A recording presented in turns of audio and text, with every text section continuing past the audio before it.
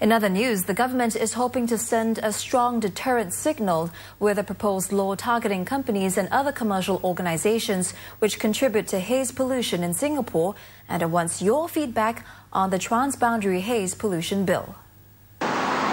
At its peak in June last year, the haze reached a PSI of 400 in Singapore.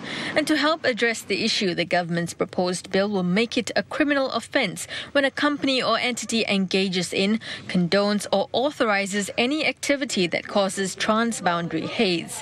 It will target all companies or entities, whether they're based in Singapore or overseas.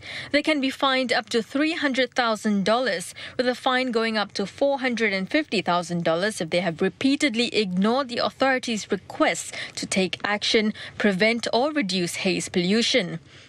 It also provides for the public to take a civil action against errant companies. Beyond criminal prosecution and civil liability, there's this thing about the image of the company, which will be a very strong deterrent if the company wishes to conduct in such a irresponsible behaviour.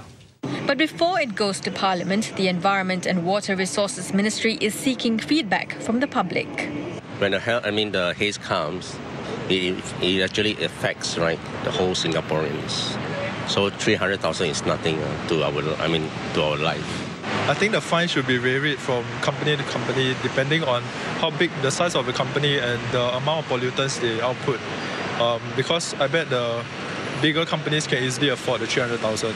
Catching culprits based in Singapore may be clear-cut, but how will the government go after those based overseas? Well, the only way it can right now is if somebody in the entity's management position comes to Singapore. And while there are some concerns that this may be tough, some experts actually think otherwise.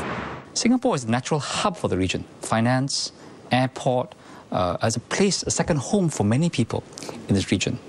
Health services. So the chances of these people coming to Singapore is quite high. Third is that a number of these companies actually have headquarters here.